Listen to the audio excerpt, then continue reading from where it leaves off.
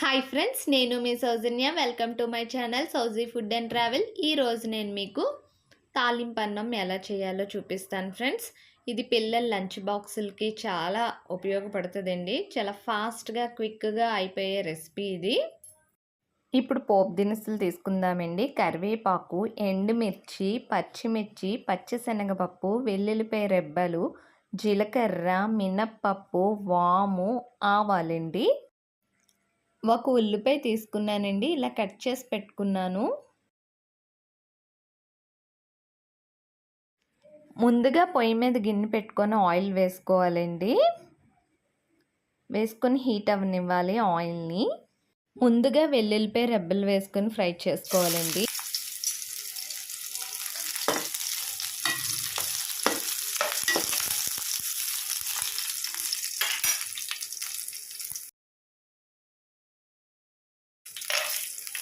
వేరుశనగ గుళ్ళు వేసుకోవాలండి. మినపప్పు, పచ్చిశనగపప్పు, జీలకర్ర వేసుకొని ఫ్రై చేసుకోవాలండి.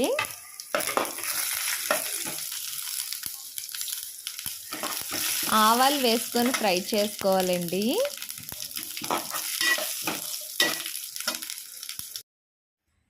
పచ్చిమిరపకాయలు వేసుకోవాలండి, ఫ్రై చేసుకోవాలి. వాము,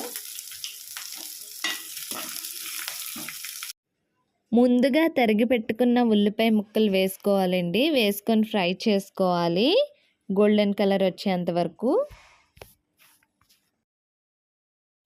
కరివేపాకు, ఎండుమిర్చి వేసుకొని ఫ్రై చేసుకోవాలండి.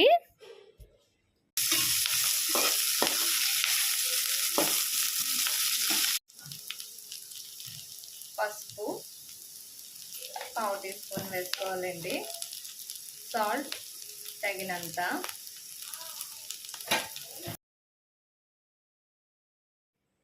పసుపు, సాల్ట్ వేసేసుకున్నాం కదండి, బాగా కలుపుకోవాలి. ముందుగా వండి పెట్టుకున్న రైస్ వేసుకోవాలండి. ఇప్పుడు బాగా కలపాలి. అన్నం పొడి పొడిగా ఉంటే చాలా బాగుంటుందండి. మీరు ఈజీగా లంచ్ బాక్స్ ప్రిపేర్ చేసుకోవచ్చండి. ఆఫీస్కి వెళ్ళినప్పుడు, టూర్స్కి వెళ్ళినప్పుడు 5 మినిట్స్లో అయిపోయే రెసిపీ అండి ఇదైతే.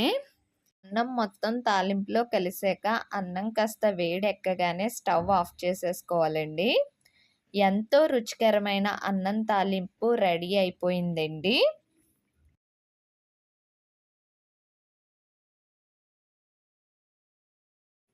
ఈ వీడియో కనుక మీకు నచ్చితే లైక్ చేయండి, షేర్ చేయండి, కామెంట్ చేయండి, సబ్స్క్రైబ్ మై ఛానల్.